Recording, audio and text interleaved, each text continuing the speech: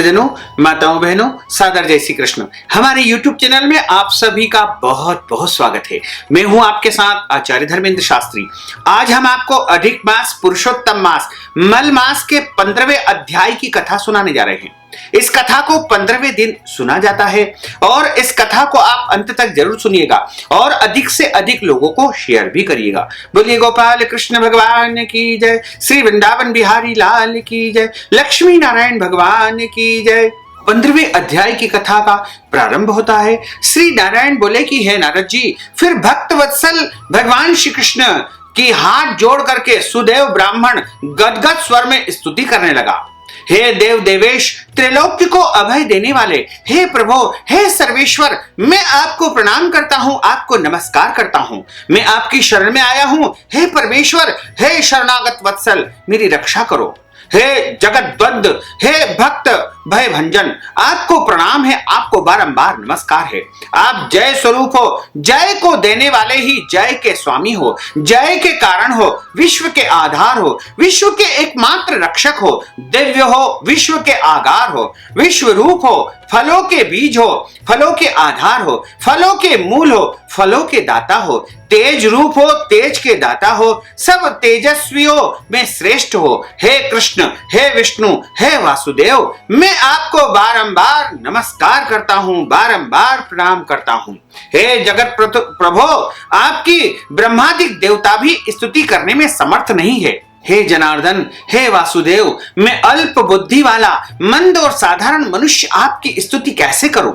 मैं आपका अति दुखी और दीन भक्त हूं, मेरे को कैसे त्यागते हो? हे प्रभु, आपका लोक में लोक बंधु नाम व्यर्थ है। वाल्मीकि बोले कि इस प्रकार स्तुति करके सुदेव ब्राह्मण हरि के आगे खड़ा रह गया। तब हरि भगवान उसकी स्तुति को सुनकर के मेघ के समान गंभीर वाणी में कहते हैं, हे वत्स, तुमने बहुत कठिन तप किया है, बहुत ही कठोर तपस्या की है। अतः हे महाप्राज्ञ, हे तपोधन, जो इच्छा हो वर मांग लो। मैं तुम्हारे तप से बहुत प्रसन्न हूं, मैं तुम्हारी इच्छा को पूर्ण करूंगा। ऐसा दारुण तप किसी ने नहीं किया है। सुदेव बोला कि हे नाथ, हे दीनबंधो, हे दयानिधे, यदि आप मुझ पर प्रसन्न हो तो हे विष्णु, हे पुराण पुरुषोत्तम, मुझको एक श्रेष्ठ पुत्र प्रदान कर दो। हे हरि, पुत्र के बिना पूरा गृहस्थ जीवन मुझे अच्छा नहीं लगता है। ब्राह्मण के ऐसे वचन को सुनकर के हरि भगवान बोले कि हे ब्राह्मण, पुत्र के अतिरिक्त मैं सब कुछ तुम्हारे लिए दूंगा। हे वत्स, तुम्हारे भाग्य में पुत्र सुख विधाता ने नहीं लिखा है। मैंने तुम्हारे भाल पटल के सब अक्षर देखे हैं, परंतु उसमें तुम्हारे 7 जन्म तक कोई पुत्र सुख नहीं लिखा है। इस प्रकार जब ब्राह्मण हरि के वज्र समान निष्ठुर वचन को सुनकर के जड़ से कटे हुए वृक्ष की तरह पृथ्वी पर गिर पड़ा। पति को गिरे हुए देख करके उसकी स्त्री अत्यंत दुखी हुई और स्वामी को पुत्र की इच्छा से रहित देख करके रोने लगी। फिर धीरज धर करके पति गौतमी बोली पति से कि हे नाथ, उठिए उठिए, क्या मेरे वचन आपको याद नहीं है? जो कुछ विधाता ने भाग्य में लिख दिया है वही सुख दुख प्राप्त होता है। इसमें रमानाथ क्या करेंगे? मनुष्य अपने किए हुए कर्म फल को भोगता है। जिसे मरते हुए को औषधि देना निष्फल हो जाता है, वैसे ही अभागे पुरुष का क्या किया जाता है? उद्योग देव के प्रतिकूल होने से व्यर्थ हो जाता है। यज्ञ, दान, तप, सत्यव्रत द्वारा हरि का सेवन ही श्रेष्ठ है, किंतु इनमें सब वेदों में भाग्य फल श्रेष्ठ है। अतः हे भूसुर, सबका विश्वास छोड़ करके भाग्य का ही सहारा पकड़ो, इससे हरि का क्या प्रयोजन है? इस प्रकार पत्नी के असह्य तीव्र शोक युक्त वचन सुन करके उनके दुख से दुखी होकर के गरुड़ ने जब सुना तो शोक रूपी डूबी हुई ब्राह्मणी तथा ब्राह्मण को देख करके हरि भगवान से विनम्र प्रार्थना करते हुए बोला कि हे दीनबंधो, हे दया सिंधो, हे भक्तों को अभय देने वाले, हे प्रभु, आज आपकी भक्तों के दुख को न सहन करने वाली दयालुता कहां चली गई है? अहो, आप तो ब्राह्मणों के रक्षक है, आपका धर्म आज कहां चला गया है? अपने भक्तों को देने के लिए आपके हाथों में चारों प्रकार की मुक्ति रहती है, तो आपके भक्त उत्तम भक्ति की इच्छा करते हैं, मुक्ति की कामना नहीं करते हैं। उनके आगे 8 सिद्धियां दासी के समान खड़ी रहती है। ऐसी तो आपकी आराधना की महत्ता है जो सर्वत्र विख्यात है। फिर इस ब्राह्मण की पुत्र की कामना आपको पूरी करने में किस प्रकार का परिश्रम लग रहा है। भला हाथी का दान देने वाले पुरुष को अंकुश का दान देने में क्या दुविधा है। अब आज से कोई भी मनुष्य आपके चरण कमलों की सेवा नहीं करेगा, क्योंकि जिसके भाग्य में जो लिखा है उसको वही निश्चित प्राप्त होता है। इस प्रकार लोक में यह विश्वास होने से आपकी भक्ति का लोप हो जाएगा। हे नाथ, आप में करने और न करने की क्षमता यह सर्वविदित है। यही क्षमता इस ब्राह्मण को पुत्र न देने से नष्ट हो जाएगी और पूरे संसार में आपकी अपकीर्ति फैलेगी। मेरी प्रार्थना है कि आप इस ब्राह्मण को अवश्य ही एक पुत्र दे दीजिए।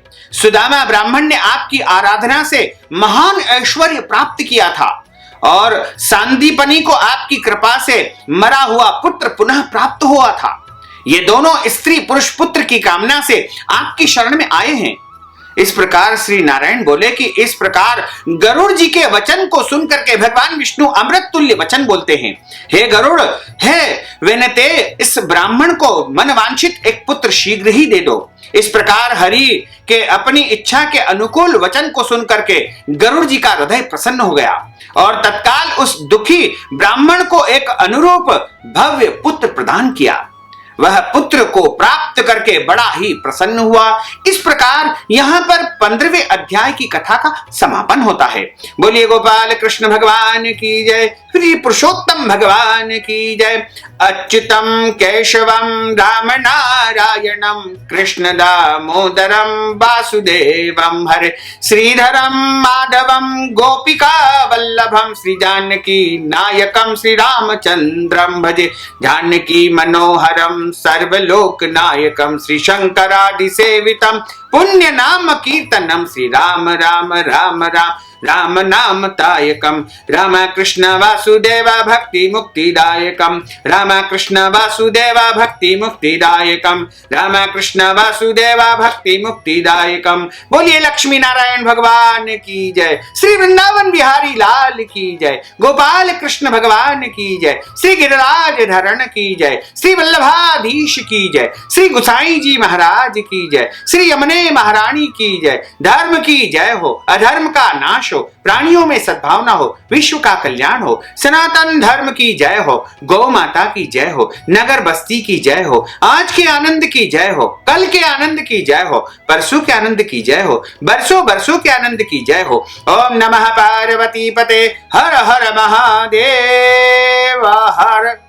भक्तजनों, माताओं बहनों, हमने जो ज्ञानवर्धक कथा आपको सुनाई है, इस कथा को सुनने के बाद यदि आप दान स्वरूप दान दक्षिणा प्रदान करना चाहते हैं, गौ दान करना चाहते हैं, अन्नदान, फलदान, वस्त्र दान या अधिक मास पुरुषोत्तम मास के निमित्त कोई भी दान आप प्रदान करना चाहते हैं, तो आप अवश्य ही नगद राशि के रूप में हमें पेटीएम के माध्यम से, गूगल पे के माध्यम से, फोन पे के माध्यम से या अकाउंट नंबर के माध्यम से सीधे सीधे धनराशि अपनी स्वेच्छा से, अपनी श्रद्धा के अनुसार प्रदान कर सकते हैं। साथ ही इस ज्ञानवर्धक वीडियो को अधिक से अधिक लोगों को शेयर करिएगा, लाइक करिएगा, कमेंट करिएगा और यदि अभी तक आपने सब्सक्राइब नहीं किया तो अभी और इसी समय सब्सक्राइब अवश्य कर लीजिए। आपको और आपके पूरे परिवार को सादर जय श्री कृष्ण, सादर धन्यवाद।